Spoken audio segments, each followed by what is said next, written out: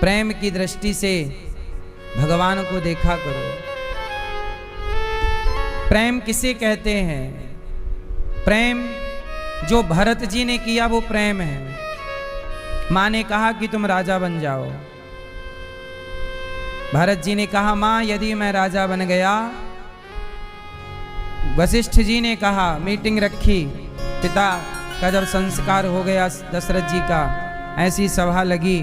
सभा में वशिष्ठ जी ने कहा कि भैया भरत अब तुम राजा बन जाओ। तुम्हारे पिता की अंतिम इच्छा है कि राम वनवास जाएं, तो राम चले गए। और पिता की दूसरी इच्छा है कि तुम राजा बनो, अब तुम राजा बन जाओ। भरत जी बोले गुरुजी यदि मैं राजा बन गया ना, ये पृथ्वी रसातल में चली जाएगी। रसातल में क्यों जाएगी? गुरुजी इस पृथ्वी को भी हमसे उम्मीद है, इस धरती को आपसे उम्मीद है कि सब लोग अपना धर्म छोड़ सकते हैं, सत्य बोलना छोड़ सकते हैं, पर आप नहीं छोड़ सकते। इस धरती को आप पर बहुत उम्मीदें हैं। इस धरती को रावण से कोई उम्मीद नहीं है। रावण जैसे लोग तो पराई स्त्री को देख सकते हैं, लेकिन इस धरती को राम से बड़ी उम्मीद है। राम किसी पराई स्त्री को नहीं देख सकते। यदि राम भी पर नारी को देख लेते तो ये धरती तुरंत पाताल में समा जाती, कि जिससे उम्मीद थी उसी ने उम्मीद तोड़ दी। इसलिए इस धरती को उम्मीद रावण से तो नहीं है, इस धरती को उम्मीद राम से है। इसलिए राम मर्यादा पुरुषोत्तम है। भरत जी बोले मैं भी उनका भाई हूं। गुरुजी यदि मैं राजा बन गया तो धरती माँ क्या कहेगी? वाह भरत, अपने भैया को वनवास भेजकर और भाई की संपत्ति पर कब्जा कर लिया। ये काम दुर्योधन का है।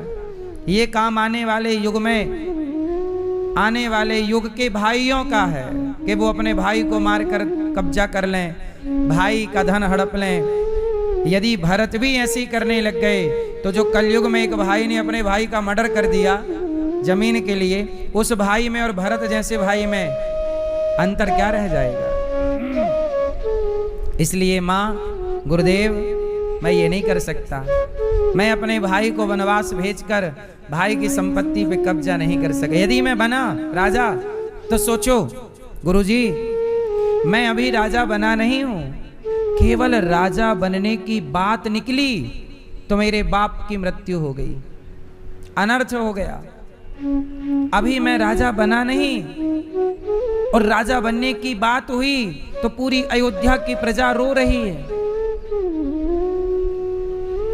यदि मैं राजा बन गया तो सोचिए, राजा बनने की बात चली कि भरत राजा बनेगा, बात चलने मात्र से मेरे पिता की मृत्यु हो गई, मेरी कौशल्या जैसी माता विधवा हो गई, मेरे अयोध्या की प्रजा में आंसू आ गए और मेरा भाई नंगे पांव वनवास चला गया। मेरी फूल जैसी भाभी माँ उनके संग चली गई। मेरा छोटा भाई लक्ष्मण बिना दोष के दर दर ठोकर खा रहा है। अभी मैं राजा बना नहीं और अयोध्या में इतना बड़ा अनर्थ हो गया। और यदि मैं राजा बन जाऊंगा ना गुरुजी, ये धरती डूब जाएगी। मुझे राजा ना बनाओ। देखो जरा ये क्या था भरत जी का? ये प्रेम है। जहां प्रेम होता है वहां व्यक्ति लेना नहीं चाहता, देना चाहता। मैं आपको क्या दे दूं? जैसे एक माँ बेटे से क्या लेना चाहती है? कुछ नहीं, देना चाहती है। मैं अपने बेटे को क्या दे दूं? क्या दे दूं मैं अपने बेटे को? ये प्रेम है, जहां देने की भाव। तुम्हारा बाप तुमसे क्या चाहता है? बस सम्मान की 2 रोटी, लेकिन देता कितना है? जितना एक बाप अपने बेटे को देता है, जितनी दौलत तुम्हारे बाप ने तुम्हें दी, इतनी दौलत किसी को देता तो नौकर चाकर सैकड़ों उसकी पलकों पे रखते और उस पैसे से सारी जिंदगी खूब सेवा करते और बादाम का, काजू का हलवा खिलाते। और तुम बाप का इतना धन लेकर भी कहते हो तुमने हमारे लिए किया ही क्या है। ये प्रेम है एक पिता का, जो पुत्र से कुछ लेता नहीं है, सिर्फ देता। कमाता है सारी जिंदगी और सारा खेत प्रॉपर्टी घर तुम्हें दे देता। जहां देना है वहां प्रेम है, और जहां लेना है वहां स्वार्थ है। इसलिए कुछ लोग स्वार्थ को प्रेम समझ लेते हैं। जहां स्वार्थ है वहां सिर्फ स्वार्थ है, प्रेम नहीं है। प्रेम क्या है? भरत जी, मैं राजा नहीं बनूंगा गुरुजी, मैं तो चित्रकूट जाऊंगा। अब भरत जी चित्रकूट चले, और जब चले तो भरत जी सिर के बल चलने लग गए। कौशल्या जी बोली, भरत क्या कर रहा है? भरत जी बोले कि माँ, मेरे राम इसी रास्ते से पांव के बल चले। जहां जहां राम के चरण पड़े हैं मैं वहां वहां अपना माथा रखना चाहता हूं, सिर के बल चलना चाहता हूं। मैं चुका नहीं सकता अपने भैया का ऋण। मेरे कारण, मेरी माँ की गलती के कारण मेरे भैया राम को इतना कष्ट उठाना पड़ा। राम जी रो रहे हैं। आगे चले तो भरत जी को निषाद राज मिल गए, और जब निषाद मिले तो लोगों ने बताया कि ये निषाद राज हैं। रात भर राम जी इनके यहाँ रहे। ये बात सुमंत्र जी ने बताई, क्योंकि सुमंत्र जी तब भी थे जब राम को वनवास हुआ, तो वो छोड़ के आए थे आधे रास्ते तक, तो उनको पता कि रात यहाँ गुजारे। तो उन्होंने बताया कि दूसरी रात यहाँ गुजारे हैं, श्रृंग यहाँ पर निषाद राज के यहाँ। अब निषाद राज को जैसे ही सुना कि निषाद के यहाँ राम जी रहे, और निषाद जी ने फल फूल खिलाया, और राम जी ने निषाद की सेवा को स्वीकार किया है, और राम जी ने निषाद को गले लगाया। और जैसे ये सुना तो भरत जी रास्ता जा रहे थे, सब दौड़कर निषाद राज की ओर दौड़े और निषाद को गले लगा लिया। और जब गले लगाए तो लोगों ने कहा कि आपने इसे गले क्यों लगाया, ये तो अछूत है। तब भरत जी ने कहा कि जिसे राम ने छू लिया वो अछूत कैसे रहा। अब तो राम ने ही छू लिया, राम ने गले लगा लिया, ये अछूत कैसे रहा। देखिए जरा ये क्या है, ये भगवान से प्रेम, और केवल भगवान से नहीं। याद रखिएगा, भक्त दो लोगों से प्रेम करता है। भक्त जो होगा वो दो लोगों से प्रेम करेगा। अब आप बताओ कि भक्त जो दो लोगों से प्रेम करता है, एक तो है भगवान, वो दूसरा कौन है जिससे भक्त को प्रेम करना चाहिए? हाँ, जो भक्त होगा वो दो से प्रेम करेगा, एक भगवान से और दूसरा भगवान के भक्त से।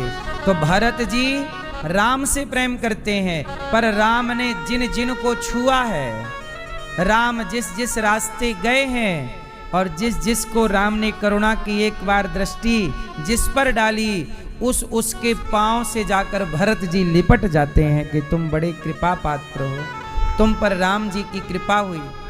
निषाद राज को गले लगा लिया। ये भरत जी का प्रेम है। अब भरत जी चित्रकूट चले, और जब चित्रकूट पहुंचे तो भरत जी ने जब राम की हालत देखी कि सिर पे बालों की जटा बनी हुई है, शरीर पर एक कपड़ा है, जंगली रूप धारण किया है प्रभु ने, पांव पे बिल्कुल खाली पांव हैं।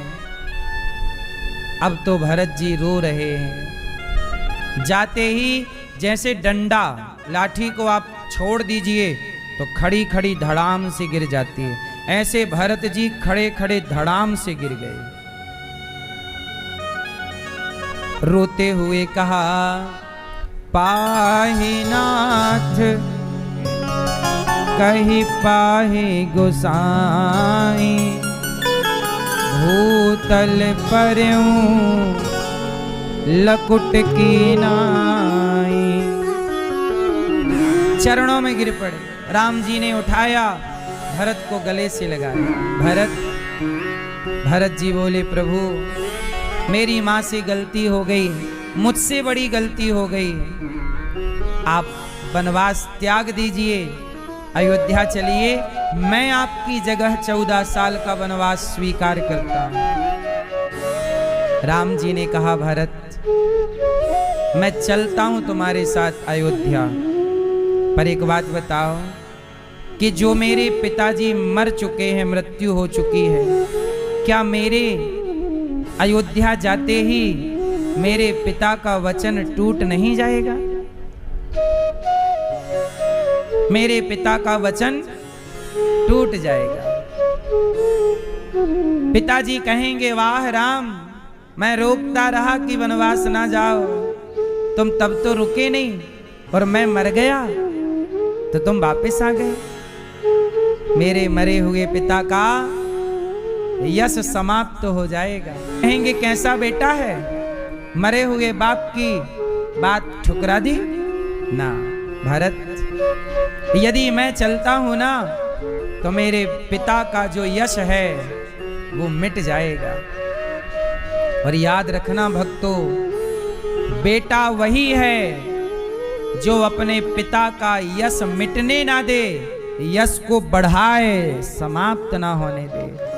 धिक्कार है उस बेटे को जिसने अपने पिता के यश को मिट्टी में मिला दिया। जब तुम कोई गलत काम कर जाते हो तो तुमसे ज्यादा बदनामी तुम्हारे पिता की होती है, तुम्हारे कुल खानदान की होती है। इसलिए कोई भी ऐसा काम मत करिए कि तुम्हारे पिता की इज्जत मिट्टी में मिल जाए। वो पुत्र नहीं है जो पिता के यश को समाप्त, ये बात मैं नहीं कहता, राम कह रहे हैं कि भरत मैं चल सकता हूं अयोध्या, पर तू ही बता, क्या मेरे जाने से मेरे पिता का यश बढ़ेगा? नहीं भरत, इसलिए अब हमारे पिता नहीं हैं, अब हम लोगों को ऐसा कोई काम नहीं करना चाहिए जिससे हमारे पिता के सम्मान में ठेस पहुंचे। तुम जाओ, अयोध्या को संभालो, माँ का ख्याल रखो, मैं 14 वर्ष का कार्य पूरा करके आऊंगा। भरत जी बोले कि ठीक है, आपकी आज्ञा मैं स्वीकार करता हूं, पर खाली आपके द्वार से सुना है कि आज तक कोई गया नहीं, क्या आप मुझे खाली भेजेंगे? राम जी बोले, नहीं, मैं तेरे साथ चलूंगा। तब राम जी ने भरत जी के लिए चरण पादुका का अवतार धारण किया।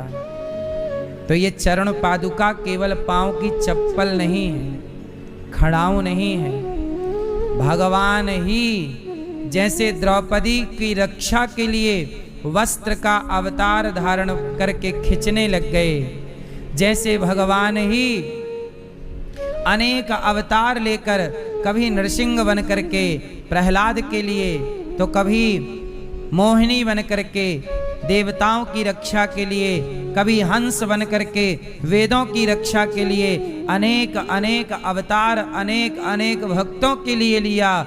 ऐसे द्रौपदी के लिए वस्त्र का अवतार और भैया भरत के लिए खड़ाऊ का अवतार धारण कर लिया, और खड़ाऊ बन करके भरत जी के संग हो गए। और जब भरत जी शीश पर खड़ाऊ लेकर के जब चले हैं,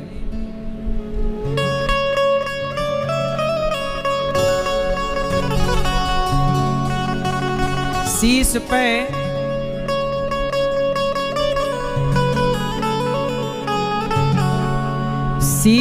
पे खड़ाऊं,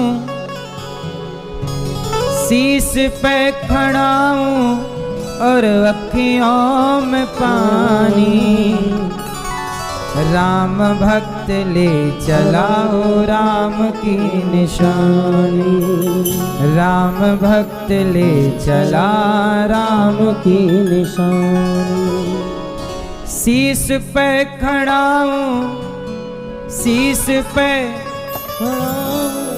और अखियों में पानी, राम भक्त ले चला राम की निशानी, राम भक्त ले चला रे राम की निशानी। चल रहे हैं भरत जी, पलट पलट करके राम जी को देख रहे हैं। और राम जी और भरत जी ये दोनों एक दूसरे के प्रेमी हैं। राम जी भी प्रेम। अच्छा, राम जी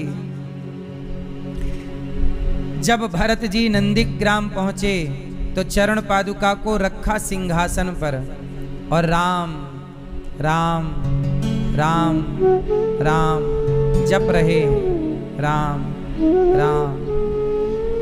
अच्छा, भरत जी जप रहे हैं राम राम, और राम जी पूरे 14 साल राम जी भी माला जपते हैं। पर राम जी किसके नाम की? भरत भरत भरत भरत भरत भरत। भक्त भगवान को याद करता है तो भगवान भक्त को याद करते हैं। तुम जितना ईश्वर की ओर बढ़ते हो, भगवान उतना आपकी ओर बढ़ते हैं। भगवान कहते हैं तू आगे चलता जा, तेरे पीछे मैं चलूंगा। तू आगे चलता जा, तेरे पीछे मैं चलूंगा।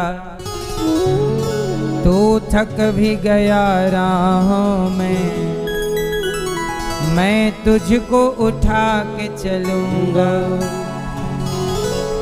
हर वक्त हर घड़ी, हर वक्त हर घड़ी मैं साया बन के चलूंगा। तुम 2 कदम चलो, मैं 10 कदम चलूंगा। और तेरी डूबती नैया का माझी बन जाऊंगा। तेरी डूबती नैया का माझी बन जाऊंगा। तू छोड़ दे चिंता को, आंधी को रोक लूंगा। तू छोड़ दे चिंता को, आंधी को मोड़ दूंगा। तू रख ले मुझ पे भरोसा, तू रख ले मुझ पे भरोसा। नैया पार लगा दूंगा। तुम 2 कदम चलो, मैं 10 कदम चलूंगा। भगवान कहते हैं तुम मेरे लिए बस 2 कदम चलो, मैं तुम्हारे लिए तैयार हूं। पर पहले 2 कदम आपके होंगे। पहले 2 कदम सुदामा के थे, आगे सारे कदम प्रभु के थे। पहले 2 कदम अर्जुन के थे, आगे के सारे कदम प्रभु के थे। आप चलिए, मंजिल तक पहुंचाना तेरी चौखट पे आना मेरा काम है। तेरी चौखट पे आना मेरा काम है, मेरी बिगड़ी बनाना तेरा काम है। मैं क्यों टेंशन लूं, क्यों चिंता करूं? भगवान है ना। भक्तों, भरत जी ने जो किया है उसे क्या कहते हैं? प्रेम। ये प्रेम है।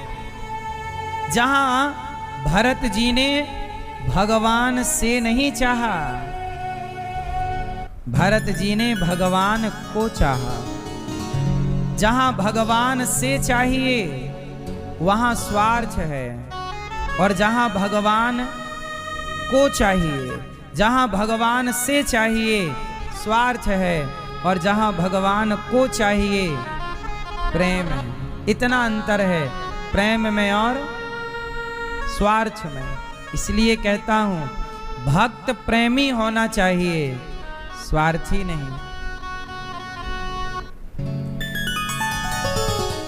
भगवान के प्रेम में वृंदावन में गोपियां रहा करती हैं।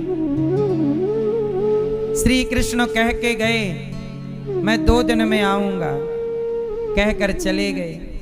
अब गोपियों को लगा चलो 2 दिन तो हो गए। अहंकार उद्धव का ज्ञान का अहंकार, और गोपियों के पास प्रेम है। तो यदि ज्ञान को तराजू के एक पलड़े पर ज्ञान को रखा जाए और तराजू के दूसरे पलड़े पर प्रेम को रखा जाए, बताओ किसका पलड़ा भारी होगा? किसका? हाँ, भगवान ज्ञान अपनी जगह सही है। अच्छा, आपको भी ज्ञान होगा तो कितना ज्ञान होगा? हम लोगों को वेद का पुराण का ज्ञान हो सकता है। भाई रावण से ज्यादा ज्ञानी तो कोई नहीं हो सकता। हम कितना भी पढ़ें पर रावण से ज्यादा ज्ञानी ना हो पाएंगे। आप कितना भी पढ़ो पर रावण से ज्यादा ज्ञानी तो आप ना हो पाओगे। बोलो हाँ। आपको कितनी भाषाएं आती हैं? 1 आती होगी, 2 आती होंगी, 4 भाषाओं का आपको ज्ञान होगा। आप और पढ़े लिखे हैं, 10 भाषाएं बोलना आप जानते हैं, और समझदार होंगे, पढ़े होंगे तो आप 20 भाषाएं बोल सकते हैं, और ज़्यादा होंगे तो 50 भाषाओं को आपको नॉलेज हो सकता है, और ज़्यादा होगा तो आपको 100 भाषाओं का होगा। नहीं, आपको होना संभव ही नहीं है कि 100 भाषाओं का, पर मान लो कि आपको हो जाए 100, फिर भी बताइए चींटी क्या चाहती है? क्या चींटी की भाषा आपको आती है? बोलो। अच्छा, कुत्ता क्या चाहता है? क्या उसकी भाषा? बिल्ली क्या चाहती है? चिड़िया? अच्छा, चिड़िया की भी तो अपनी एक भाषा है, नहीं? चेंचे चेंचे कर, हमें लगता चेंचे चेंचे कर रही है, पर वो चेंचे नहीं करती, वो अपनी भाषा में कुछ कहती है, हमें समझ नहीं आता। बंदर भी अपनी भाषा में कुछ कहते हैं, खे खे ऐसे करते हैं, पर हमें समझ में नहीं आता। वो बेकार ही नहीं कुछ कह रहे हैं, हम नहीं समझ पा रहे। आप कितना भी पढ़ लो पर जीव जंतुओं की भाषा आपके पल्ले ना पड़ेगी। लेकिन एक बात बताओ, वो कौन है जो सबकी भाषा जानता है? बताइए, वो कौन है जो सबकी भाषा जानता है? कौन है? भगवान है। तुम्हें 1 भाषा आती है, 2 आएंगी, 5 आती हैं, 10 आएंगी, ठीक है। भगवान को 84 लाख योनियां हैं, तो भगवान को 84 लाख भाषा आती है, सबकी वो समझते हैं। चींटी क्या चाहती है? भगवान समझते हैं। ये वृक्ष क्यों वृक्ष बना है? ये वृक्ष बन के क्या कह रहा है? उस वृक्ष की भाषा भी भगवान समझ रहे हैं।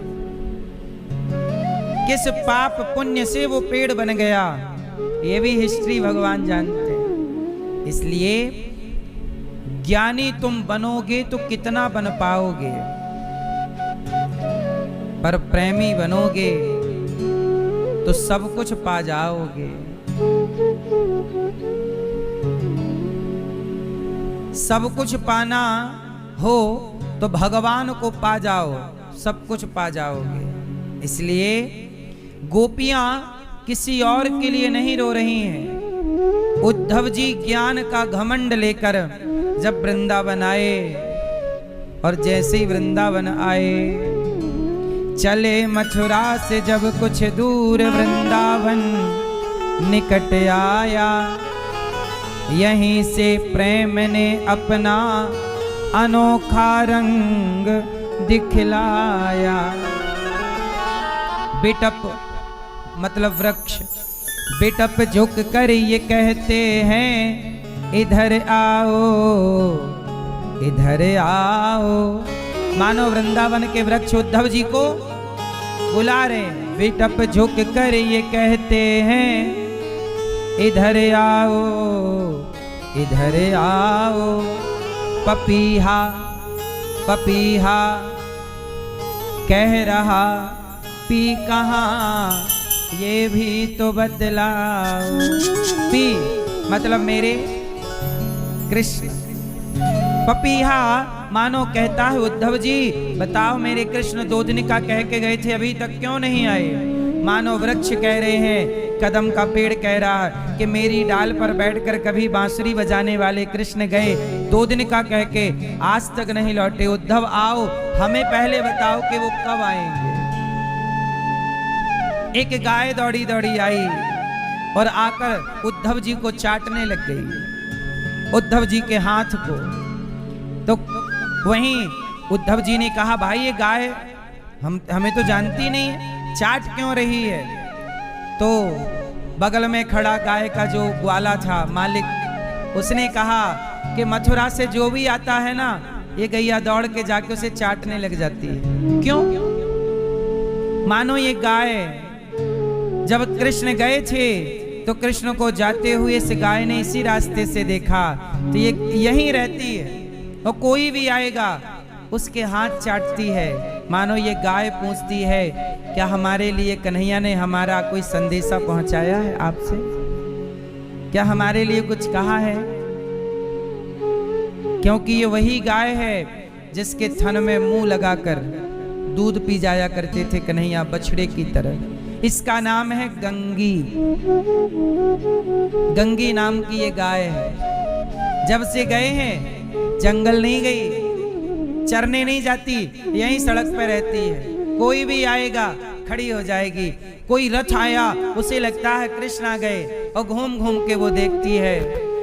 उद्धव जी ने कहा कि ये गाय कृष्ण का इंतजार कर रही है। हाँ, अब उद्धव जी का ज्ञान पिघलना स्टार्ट हो गया, क्योंकि ये गाय को तो ज्यादा ज्ञान नहीं है, पर ये प्रेमी है, प्रेम करती है।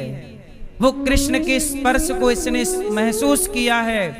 वो कृष्ण का बांसुरी बजाना, गाय चराने जाते तो एक आवाज लगाते गंगी चलो अब टाइम हो गया। तो गंगी जहां थी मुंह उठाती दौड़ कर आती, आगे आगे पीछे सारी गैया।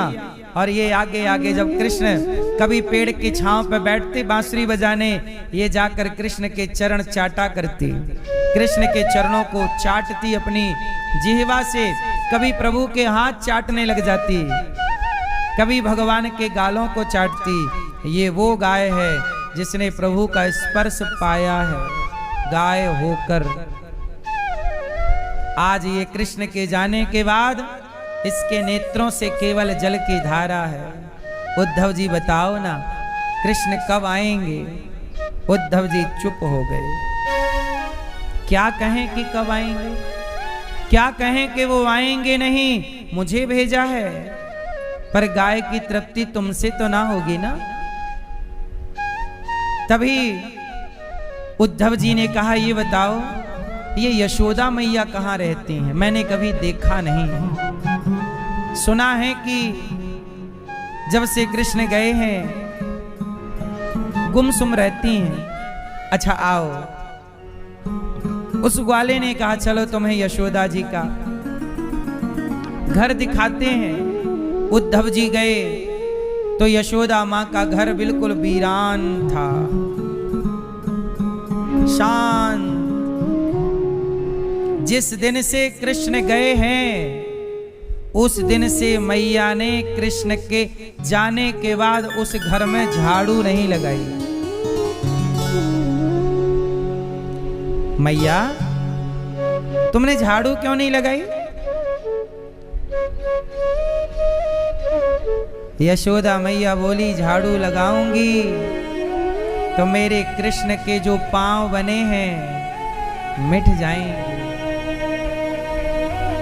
कृष्ण ने जाते समय ये कपड़ा यहाँ रखा है, आज भी वो कपड़ा वहीं रखा है, हटाया नहीं कि ये कृष्ण का स्पर्श है इसमें। आज भी कृष्ण की वो लकड़ी जिसको लेकर जाते, आज भी कृष्ण की वो पुरानी बांसुरी, आज भी जहां की तहां सब चीजें। मां यशोदा जिस पलने पे कृष्ण झूलते थे, जिस झूले पर बैठकर झूलते थे, जिस मटके से मक्खन निकाल कर खाते थे, सब चीजें माने उन्हीं को देख देख कर जब वो मटके को देखती तो वो माखन खाते हुए कृष्ण दिख जाते। जब वो उनकी बांसुरी देखती तो बांसुरी बजाते हुए कृष्ण दिख जाते। और माथे का मुकुट मोर पंख जब पुराना वाला देखती तो वह कृष्ण जब लगाए तो वो दिख जाते। माँ यशोदा के पास केवल आंसू हैं, केवल आंसू। माँ जिस दिन से कृष्ण गए हैं और नंद बाबा ने ये बताया, यशोदा को दुख इस बात का नहीं है कि कृष्ण चले गए, इससे भी बड़ा दुख तो ये है कि नंद बाबा ने ये बता दिया कि कृष्ण तो हमारा पुत्र है ही नहीं, वो तो वसुदेव और देवकी का है। अब ये सुनते ही तो माँ बोली, कन्हैया अब मुझे पता चल गया कि तू मुझे छोड़कर क्यों चला गया। क्यों गया? इसलिए कि मैंने तुझे मक्खन खाने नहीं दिया और तुझे ऊखल से बांध दिया, इसलिए तू नाराज होकर चला गया है।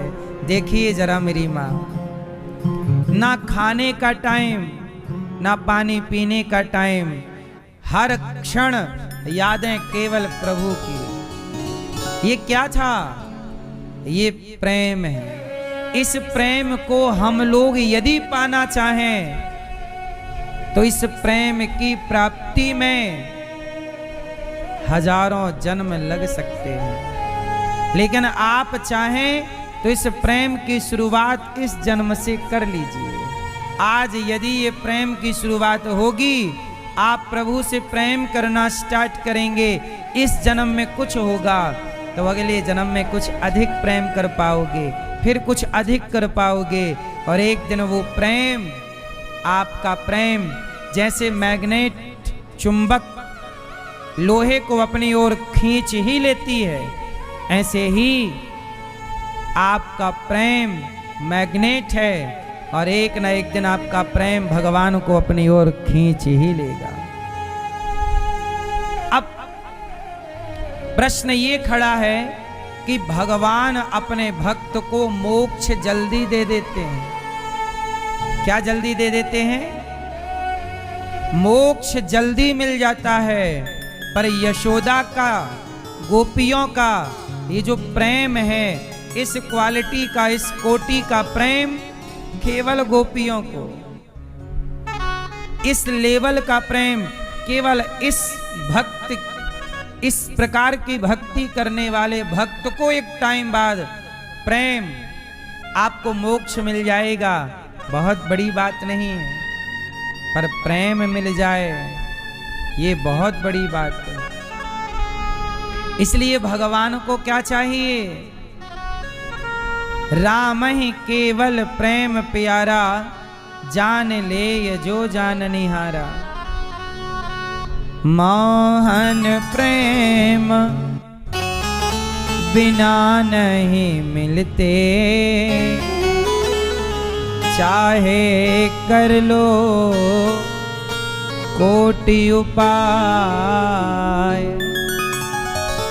प्रेम के बिना भगवान नहीं मिले। इसलिए कहता हूं, भगवान की आप लोग पूजा बहुत करते हैं, पूजा कम करिए, प्रेम को बढ़ाइए। पूजा अलग है और प्रेम, आपको लगता है हमने जल तो चढ़ा दिया, हमने पुष्प तो चढ़ा दिया, हमने मिठाई तो चढ़ा दी, हमने भगवान का श्रृंगार तो कर दिया, हमने भगवान की सेवा तो कर ली, भोग तो लगा दिया, ये सब कुछ आपने कर लिया, पर यदि ये सब कुछ करते समय आपके अंदर प्रेम नहीं है तो ये सब कुछ व्यर्थ है। इसलिए भगवान वस्तु की चाह नहीं रखते कि तुम हमें नारियल दो, मिठाई दो, पैसा दो, ना, ये सब वस्तुओं की चाह नहीं है। क्या चाहते हैं? केवल प्रेम। अच्छा, कैसा प्रेम? जैसे आप अपने बेटे से प्रेम करते हो, जितना प्रेम आप अपने बेटे से करते हैं इतना भगवान से करने लग जाएं तो भी आपका कल्याण है। जितना प्रेम अपनी बेटी से करते हो इतना भी भगवान से हो जाए तो कल्याण है। जितना प्रेम अपनी दुकान, खेत, खलिहान, पैसे से है इतना ईश्वर से हो जाए। हमारी विडंबना तो देखिए, आपके 2 बेटे हैं तो आपको दोनों से प्रेम है। 3 बेटे होते तो तीनों से होता, 4 बेटे होते चारों से प्रेम आपका होता, लेकिन बेटा होते ही प्रेम हो जाता है, पर भगवान से प्रेम हो नहीं पाता पूरी जिंदगी में। एक लड़की का विवाह लगा, लड़का आया, उसका होने वाला दुल्हा देखने को, होने वाली दुल्हन को, तो लड़की को देख करके उसने एक अंगूठी अपने होने वाली दुल्हन को पहना दी। अब वो लड़की पानी भर रही थी कुएं से, तो अपनी सखियों को बताया, देखो देखो आज हमारे होने वाले पति आए थे, देखो अंगूठी देकर गए, कैसी लग रही है? सखियों ने कहा बहुत सुंदर है, बहुत अच्छी, बहुत, हाँ देखो कितनी अच्छी है। वहां से एक संत जी गुजरे, तो संत जी ने उस लड़की को देखकर मुस्कुरा दिया, उसकी बातें सुनकर हंस पड़े संत जी। तो वो लड़की को लगा कि साधु जी हम पे हंस रहे हैं, दौड़ी दौड़ी गई, साधु जी आप तो संत हो, बेवजह तो हंसोगे नहीं, आप हमें देखकर हंसे क्यों? क्या गलती हुई हमसे, क्यों हंसे आप? संत जी बोले जाने दे, जा तू अपना पानी भर में चला। नहीं नहीं नहीं महात्मा जी, आप हंसे हैं क्या, क्यों क्यों हंसे? संत जी ने कहा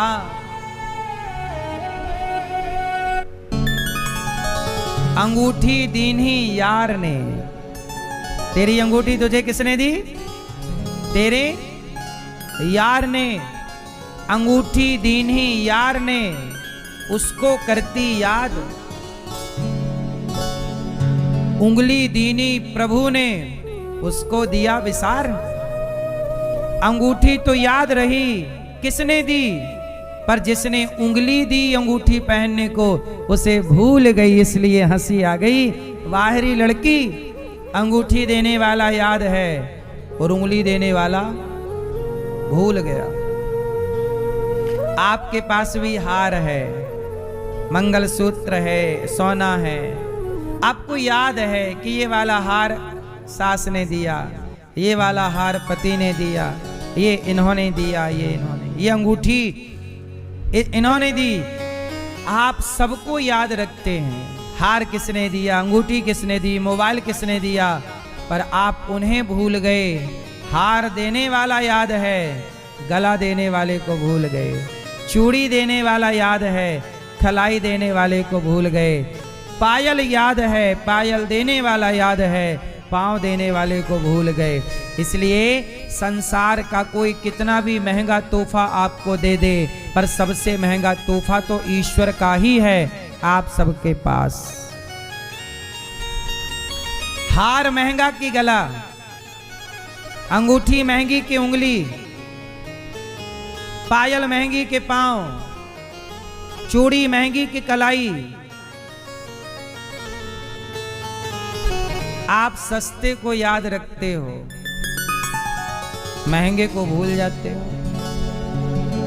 इसलिए समस्या ये है कि आपका प्रेम जगत से है, इसलिए ये याद है। हम याद किसे करते हैं? जिससे प्रेम है उसे याद। आप अपने बेटे से प्रेम करते हो, आपको बेटा याद है, आपको घर याद है, सब याद है। आपकी गली से तीसरी गली में चौथे नंबर के मकान में जो बच्चे हैं उनका नाम क्या है? किसी को पता नहीं। क्यों नहीं? क्योंकि आपको उनसे कोई मतलब नहीं, क्योंकि आपका उनसे कोई प्रेम नहीं। आपसे प्रेम जिन जिन का है आपको उनके नाम याद हैं। क्यों? कितने बच्चे हैं आपके? क्या नाम है दोनों का? नाम बताओ। दो बेटियों के नाम याद हैं? और किसके याद है? माँ का नाम, पिता का नाम, मौसा का नाम, मौसी का नाम, बुआ का नाम याद? चलो बताओ, भगवान के 5 नाम बताओ। भगवान जी के 5 नाम बताइए। भगवान के हजारों नाम हैं, उन हजारों में सिर्फ 5 बताइए। इतना टाइम है? बुआ मौसी के नाम बताने में इतना टाइम नहीं लगा। समस्या जानते हो क्या है? हम जगत को तो याद रखते हैं, जो हमारे काम का नहीं है, परंतु जो हमारे काम का है हम उन्हें भूल गए।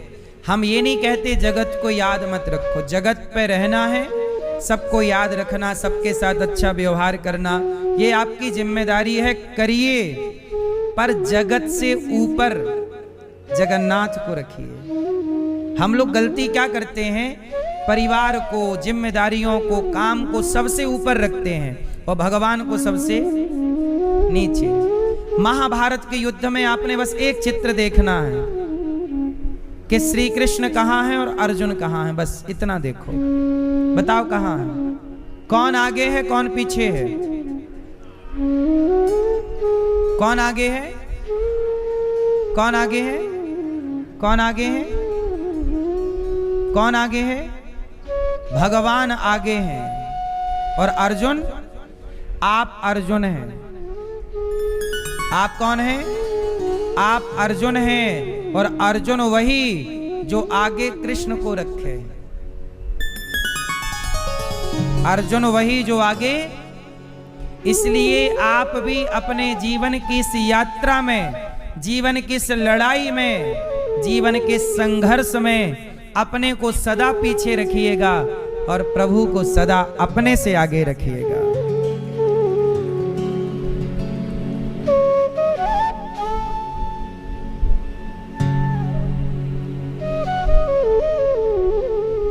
सुनो बेटा, आप अपने किसी 4 लोगों का नाम बताओ।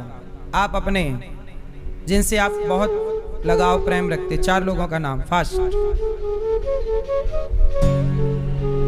आप 4 लोगों का नाम बताइए जिनसे आपको बहुत लगाव प्रेम है। दादाजी चश्मा वाले, आप 4 लोगों का नाम बताइए जिससे आपको ज्यादा लगाव प्रेम है। फास्ट।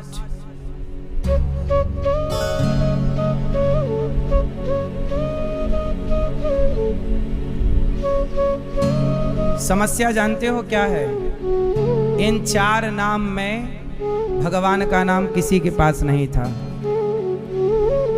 हमने क्या पूछा कि आप जिससे प्रेम करते हैं, अधिक लगाव रखते हैं, उनके नाम बताइए। इन 4 में आपने ईश्वर को सम्मिलित नहीं किया। किया? फिर अर्जुन कैसे बनोगे? अर्जुन तो वो है जो पहला आपका नाम क्या होता? कृष्ण, फिर दिव्या, फिर देवा। ये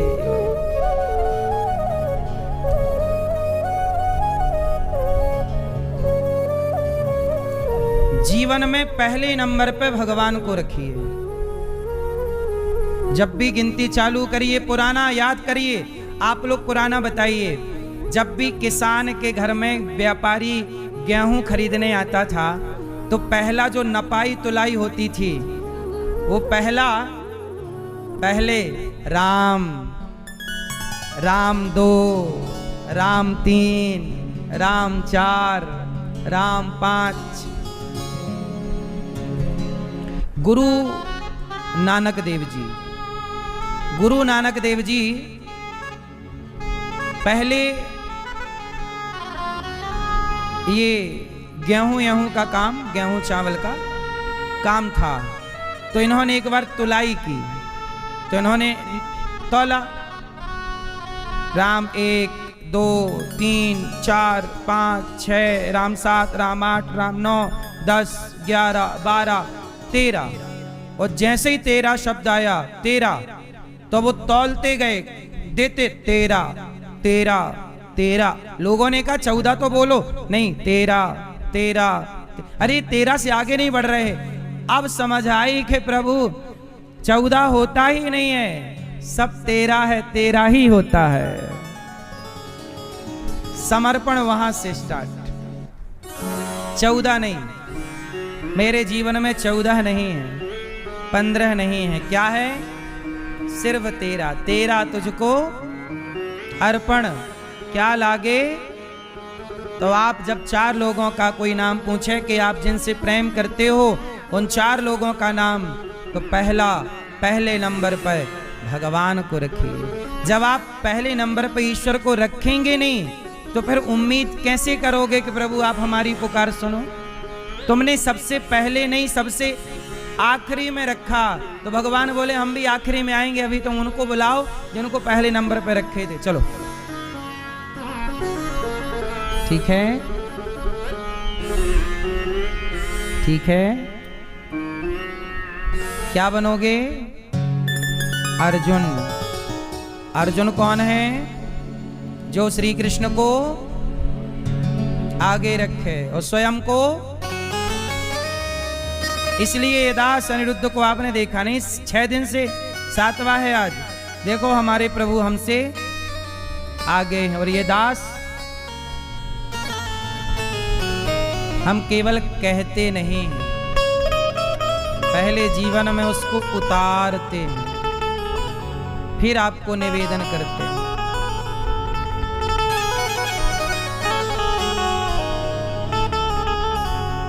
क्यों घबराऊं मैं,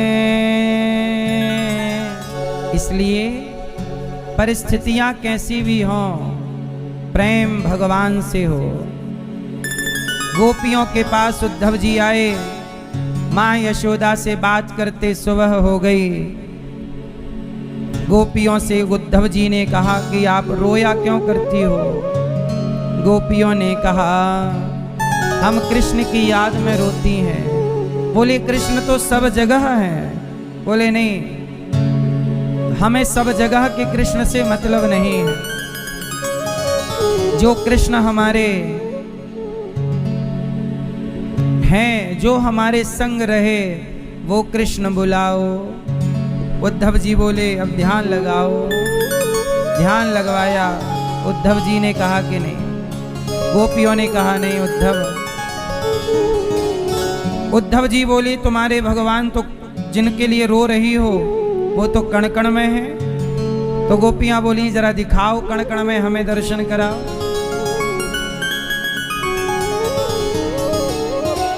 कण कण में है ये बता तो सकते हैं आप, ईश्वर कण कण में है, कह दिया जाए कि दिखाओ। गोपियां बोली हम देख रहे हैं। उद्धव जैसे ज्ञानी गोपियों के प्रेम के आगे शून्य हो गए। ब्रज रज में लौट कर यमुना जल कर पान, राधे राधे रटत ही यातन सो निकले प्राण। उद्धव जी बोले हमें ब्रज की लता पता बना दो श्री राधे। हे राधा रानी, अब तो आए थे ज्ञान देने, पर गोपियों के प्रेम में जब देखा कि ये प्रेम, उद्धव जी ज्ञानी से अब प्रेमी हो गए और गोपियों की चरण धूल पर स्नान करने लग गए। चरण रज में नहाने लग गए। एक दिन के लिए आए थे, 6 महीने गए नहीं। 6 महीने बाद जब गए, भगवान ने कहा उद्धव बड़ी देर कर दी। उद्धव जी ने कहा यहाँ ना रहो मथुरा में, आप चलो वृंदावन, आपकी प्रेमी गोपियां वहां हैं। भगवान बोले मैं तो उन्हीं के पास हूँ, क्या बात कर रहे हैं, आप तो मथुरा हैं। भगवान बोले गोपियां मेरे से प्रेम करती हैं, इसलिए मैं उन्हें कभी एक पल के लिए छोड़ता नहीं हूँ। केवल आपके ज्ञान के अहंकार को मिटाने के लिए सिर्फ लीला थी, वरना मैं यशोदा से कभी दूर होता, ना कभी अपनी गोपियों से, ना वृंदावन धाम से। भगवान कभी ब्रज से गए नहीं। मैंने एक दिन आपको समझाया ना कि यशोदा के भी एक पुत्र हैं और देवकी के भी एक पुत्र, तो 2 भुजी यशोदा के हैं और चतुर्भुजी देवकी के। तो जो यशोदा नंदन है वो कभी वृंदावन से गए ही नहीं। उद्धव जी अक्रूर जी जिन कृष्ण को लेकर गए और जिन्होंने कंस को मारा और जो द्वारिका गए वो देवकी पुत्र हैं। यशोदा का लाला तो आज भी वृंदावन से कभी प्रभु बाहर गए नहीं। ये केवल प्रेम कैसे किया जाए, आप कैसे जानोगे कि प्रेम क्या है? गोपियों के अंदर जो तड़प है, जो कृष्ण को पाने की चाह है, वही प्रेम है। जैसे एक स्त्री किसी से प्रेम करे, कोई लड़का कोई लड़की एक दूसरे से प्रेम करे और उसको पाना चाहे, तो ये तो सांसारिक प्रेम है। इस प्रेम में स्वार्थ है, लड़का लड़की के प्रेम में। जैसे एक स्त्री पुरुष एक दूसरे के लिए तड़पते हैं, जब यही तड़प भक्त की भगवान के लिए जाग जाए, उसी का नाम है प्रेम।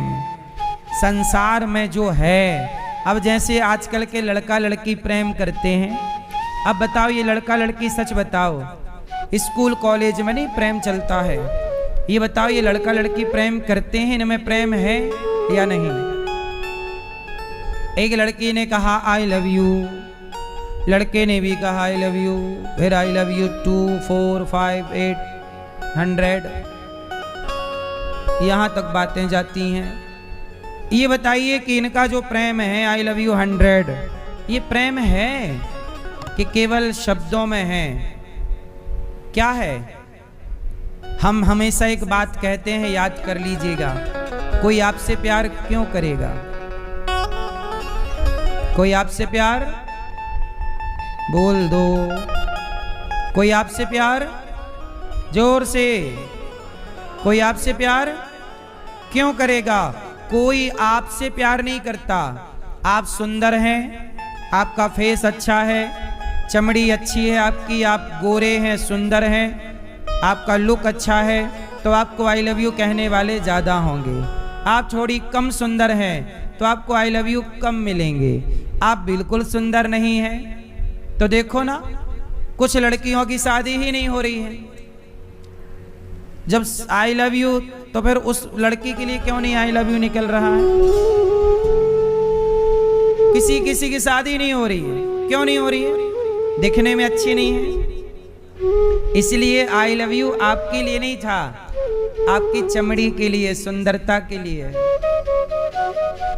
इसलिए कोई आपसे प्यार नहीं करता, आपके बदन, आपके शरीर से प्यार है। और वो शरीर से भी प्यार तब तक है जब तक उसकी हवस पूरी नहीं हो जाती। जैसे चिंगम को चबाते हैं, मुंह पे तब तक रखी जाती है जब तक उसमें कुछ निकलता है, रस, मिठास, तो रखी जाती है चिंगम, और जब उसका रस खत्म हो जाता है तो थूक दी जाती है।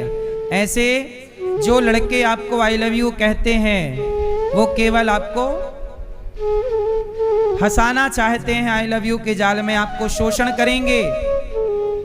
और इसी बहाने लव जिहाद हमारे देश में खूब चलता है। मुसलमान लोग हिंदू नाम रख के और हिंदू लड़कियों को फंसाते हैं और प्यार के नाम पर उनका ले जाके शादी वादी के नाम पर विदेशों में बेच देते हैं। क्योंकि अब लड़की मुसलमान से टच में आ गई तो माँ बाप समझाएंगे कि बेटा वो गलत है, वो माँ बाप की तो मानेगी नहीं, तो वो उसको जिहादी ले जाएगा और वहां ले जाने के नाम पे माँ बाप का टच खत्म हो गया। अब देखने वाला कोई नहीं, 2, 4, 5, 10, 20 लाख में तुम्हें विदेशों में लड़कियां, भाई लड़कियां तो दुनिया भर में बिकती हैं, ये बात सही है कि गलत है बताओ? लड़कियों का सौदा पूरी दुनिया में होता है। लड़कियां खरीदी, अभी नहीं, एक 13 साल की लड़की एक रिक्शे वाले ने एक होटल में बेच दी, जबकि वो घर जा रही है, रिक्शे वाले से कह रही भैया हमें घर छोड़ दो, वो ले जाके होटल में दे आया और उस लड़की के पैसे उसके संग रेप किया और होटल में दे दिया। फिर उस होटल ने अपने ग्राहकों को बेचा और फिर दूसरी होटल में शिफ्ट कर दी, फिर तीसरी। 5 दिन तक वो लड़की बिकती रही, 13 साल की। सुनी कि नहीं ये घटना? अभी चल रही है बाजार में ये घटना। 30 लोगों ने उसके साथ बलात्कार किया, 13 साल की लड़की के साथ 30 लोगों ने। क्या है ये? इसलिए मेरी बहनों, मेरी मां, आप किसी के चक्कर में ना पड़े। वो लड़की तो 13 साल की बेचारी अबोध थी, उसे तो कुछ भी पता नहीं था, लेकिन आप तो जान करके झूठे आई लव यू में, प्यार में फंस जाती हो और वो ले जाके आपको, जो आपका मुसलमान यार है जिसे लव जिहादी कहते हैं, जब आप कहती हो नहीं हमारा वाला अब्दुल ऐसा नहीं है, ये एक से ही है। इनका तो टेंडर मिलता है इनको कि भाई तुम जितनी लड़की फंसाओगे उतना पैसा इनका मिलता है। एक लड़की यदि 5-10 लाख की बिक गई और यदि साल में ऐसी 2-4 फंसा लिया तो 40-50 लाख फ्री के मिल गए। अच्छा धंधा है ये, क्यों? इसमें है कोई बुराई? फिर तो ये भी एक धंधा है बाजार का। प्यार के नाम पे लड़कियों को फंसाओ और बेच दो, 5-10 लाख आ गए और तुम जहां बिकोगी सारी जिंदगी तुम केवल प्लेट साफ करोगी होटलों में और हर आए दिन 10-20 पुरुष तुम्हारे संग बदलते चले जाएंगे, तुम्हें वैश्या बना के उतार दिया जाएगा। बात तुम कह ना पाओगी। एप्स्टीन फाइल क्या थी? लड़कियों का व्यापार। वहां बड़े बड़े वैज्ञानिक, बड़े पढ़े लिखे बुद्धिजीवी ना जा रहे थे वहां। बोलो हाँ। छोटी छोटी लड़कियां आज पैदा हुई हैं जो, उनके साथ बलात्कार। ये है इस कलयुग की सच्चाई, ये है बड़े बिजनेसमैन पढ़े लिखे लोगों की सच्चाई। एप्स्टीन फाइल लाखों पेज की फाइल है जिसमें फोटेज सब कुछ है कि ये गए। एप्स्टीन नाम का एक व्यक्ति था जिसने ये सब खेल रचा और वहां लड़कियां हजारों की मात्रा में बिकी और खरीदी गईं। और लड़कियों को केवल बलात्कार नहीं, उन्हीं लड़कियों को पका के उनका मांस खाए। नरभक्षी हैं कलयुग में लोग। ये सब आपसे छिपा कुछ नहीं है, फिर भी अक्ल की डाढ़ और आंख ना खोले तो फिर हमारा दोष नहीं है। इसलिए किसी लव जिहादी, कल मेरे पास प्रश्नोत्तरी में एक बहन आई 2 बच्चों को लेकर। उस लड़की ने वो बताया मेरे से, गुरुजी मेरे पिताजी रिक्शा चलाते थे, मेरे पिताजी मुझसे बहुत प्यार करते थे। जब तक मेरे पिता मुझे खिलाते नहीं रात को कुछ अपने हाथ से, तब तक मेरा बाप सोता नहीं था। इतना प्यार मेरा बाप करता मेरे से। लेकिन मैं एक लड़के के प्यार में पागल हो गई और मैं अपने पिता के लाख समझाने पर, माँ के लाख समझाने पर, समाज के लाख समझाने पर मैं नहीं मानी। और वो लड़की बोली कि मैं उस लड़के के संग भाग गई और मेरे भागते ही जिस बाप ने मेरे से इतना प्रेम किया, मेरा बाप डिप्रेशन में चला गया कि मेरी बेटी ने मुझे धोखा और मेरा बाप 2 साल बाद मर गया। और आज जिस लड़के के संग मैं भागी थी उसने मुझे धोखा देकर किसी और से ब्याह कर लिया। अब मैं ना बाप की रही, ना पिता की रही, ना पति की रही, ना घर की रही, ना घाट की रही। ये अभी की बात है। सोशल मीडिया पर, इंस्टाग्राम पे ये वीडियो आप देख लेना, अनिरुद्धाचार्य के इस पेज पर मिल जाएगी। वो लड़की रो रो के अपना हाल सुना रही और वो कह रही है बहन बेटियों को, बहनों मैंने गलती की, पिता की बात ना मानी, आप ये गलती मत करना। ये प्यार 4 दिन का है, ये प्यार का भूत उतर जाता है सबका। ये गलती ना करना, सारी जिंदगी पश्चाताप के सिवा कुछ हाथ ना लगेगा। माँ बाप का दिल दुखाकर, जिस बाप ने तुम्हें खिला पिला कर सुलाता था, बेटी को जब तक ना देख ले बाप सोता नहीं था, ऐसे बाप का दिल तोड़कर तुम खुश रह पाओगी? जब तुम अपने बाप का प्यार ना समझ पाई तो तुम किसी के प्यार को क्या समझोगी? प्यार नहीं था वो जो तुम भाग भाग के चली गई। ये प्यार का नाम मत लो, ये तुम अपनी वासना के लिए भागी हो। ये लड़के लड़कियां जो भाग रहे हैं, शादी वादी कर रहे हैं भाग भाग के, ये काय के ये प्यार नहीं, केवल शरीर की हवस पूरी। एक टाइम बाद शरीर विकसित होने लगता, हार्मोन्स जागने लग जाते हैं, तब ज्ञान तो होता नहीं है कि अपने ब्रह्मचर्य को कंट्रोल करें। तब आज की युवा पीढ़ी भटक जाती है और वो किसी लड़का लड़की के चक्कर में पड़ के अपना चरित्र बिगाड़ लेते हैं। इसलिए आपके पास दौलत है ये मान्य नहीं होगा, चरित्र है ये मान्य होगा। हम सनातनी हैं, हम दौलत की पूजा नहीं करते, चरित्र की पूजा। दौलतमंद तो रावण था, उसके पुतले जलाते हैं, और घास की झोपड़ी में राम रहते थे, उनके मंदिर बनाते हैं, क्योंकि राम चरित्रवान है। राम चरित्र सुनवे को रसिया, राम लखन सीता मन बसिया। इसलिए क्या बेहतर बनाओगे? अपना चरित्र, अपना कैरेक्टर, अपना चरित्र से खिलवाड़ नहीं, समझौता नहीं। आजकल बाजार में बहुत अच्छा नहीं चल रहा है। आजकल लड़कियां भी झूठा आई लव यू बोल के फंसा लेती हैं लड़कों को, ब्लैकमेल कर लेती हैं। तो आजकल लड़कियों का भी धंधा है और कुछ लड़कों का भी धंधा है। तो आप लोग ये बाजार में फंसे ना गलत तरीके से, अपने माँ बाप की राजी मर्जी से विवाह करो। जो लड़का पसंद आए माँ बाप को बता दो, माँ बाप सही समझेंगे, विवाह करेंगे। शादी कर लो, एक के साथ खुश रहो। खुश रहने वाला एक के साथ खुश रह सकता है, नहीं रहने वाला देखो ना बॉलीवुड में बुढ़ापे में अभी शादियां चल रही हैं। तो जो अपनी लुगाई से खुश नहीं है वो किसी से खुश कैसे होगा? बुढ़ापे में मरने का टाइम चल रहा है, बुढ़ऊ का शादी रच रही है।